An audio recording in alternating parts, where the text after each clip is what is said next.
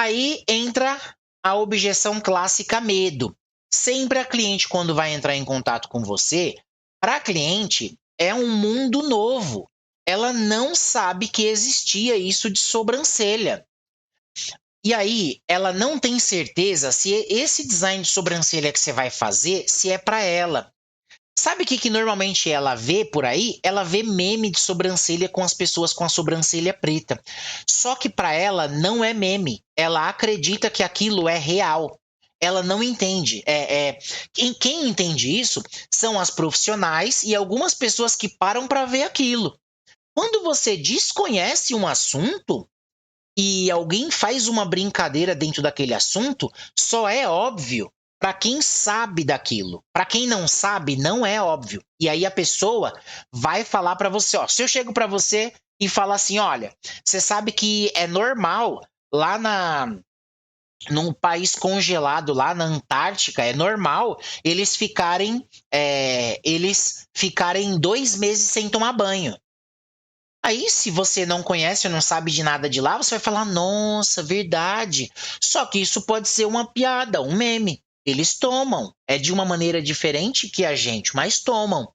Olha aí, e a mesma coisa que acontece com sobrancelha. Então, evita de ficar fazendo brincadeira, principalmente no seu perfil, e colocando coisa que para você é óbvio e para sua cliente não é. Por quê? Isso vai fazer ela ficar com medo. E aí você está perdendo um monte de cliente e não tem ideia.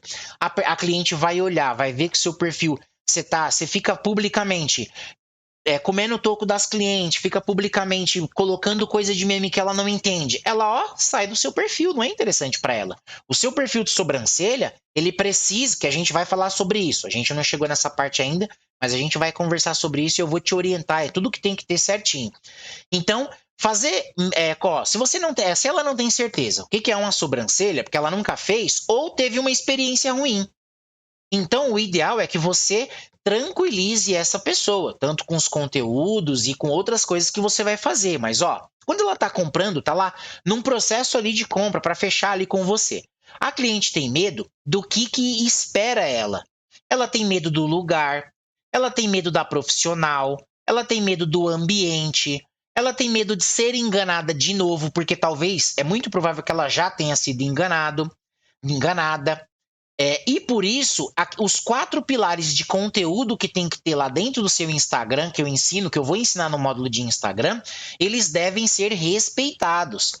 Você vai ter que colocar informações sobre você, informações que conectam com a cliente, e nessa parte de objeção, tem alguns conteúdos sobre você que você vai entender melhor por que é tão importante colocar. Você vai colocar conteúdos sobre o seu estúdio, a cliente precisa se sentir lá.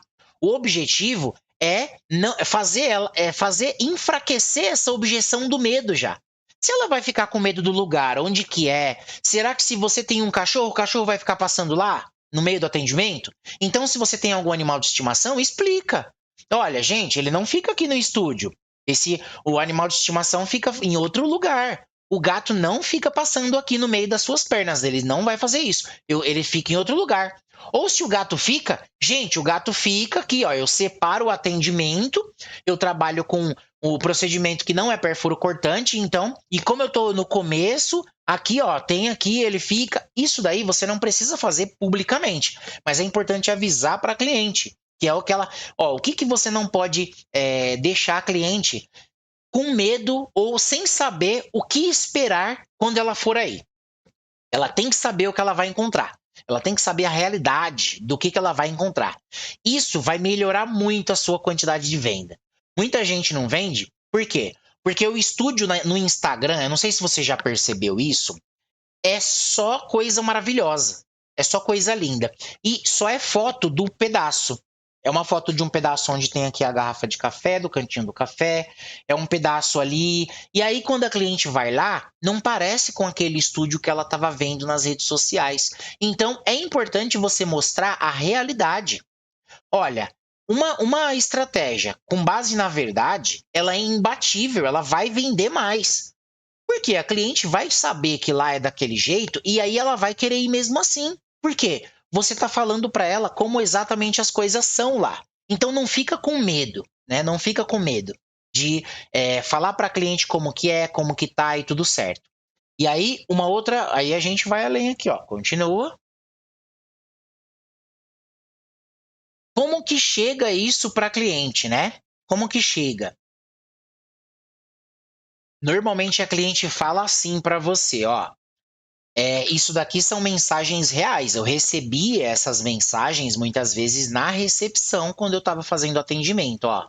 Não sei se isso é para mim. A cliente vai sentir, ela acredita que a sobrancelha dela é única no planeta e não existe nenhuma igual a dela e você não vai conseguir fazer porque a dela é diferente. E a realidade é que se você faz o passo a passo do design de sobrancelha, vai melhorar como que tá a sobrancelha dela, independente de como é. É claro que tem algumas que são mais cheias e você vai ter mais trabalho ou menos trabalho.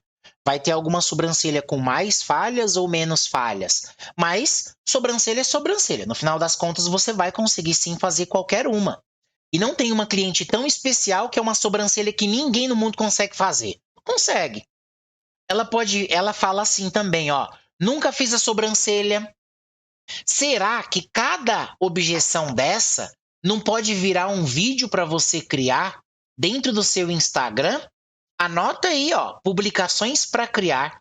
Pega todas essas objeções aí e você pode criar vídeos enfraquecendo cada uma delas. Ó, nunca fiz rena. Aí, essa que nunca fez rena é uma daquelas clientes que vão ficar.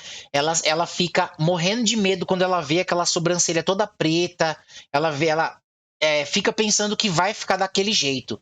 Sempre que você for mostrar alguma coisa, se a sobrancelha não tá terminada, frisa isso no vídeo. Se for um vídeo, fala. Se for uma imagem, você tem que colocar de uma maneira que qualquer pessoa que bate o olho vai entender que não está pronta. Tá no processo. Escreve, ó, em andamento.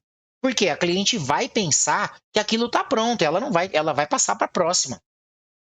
Por isso que tanta menina acaba ficando com medo de rena. Não faço porque eu já fiz em outro lugar e não gostei. Ou então eu já ouvi, não faço porque eu fiz no outro lugar, estragou minha sobrancelha, né?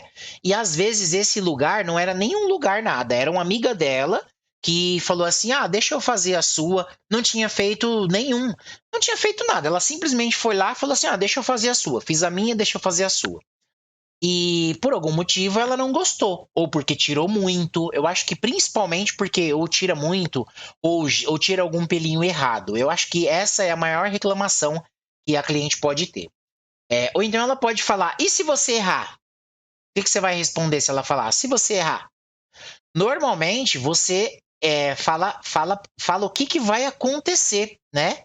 Você fala assim: olha, a resposta, eu já vou te falar como que você responderia se a cliente perguntar para você diretamente. É muito difícil, né? Mas se ela perguntar para você assim: e se você errar?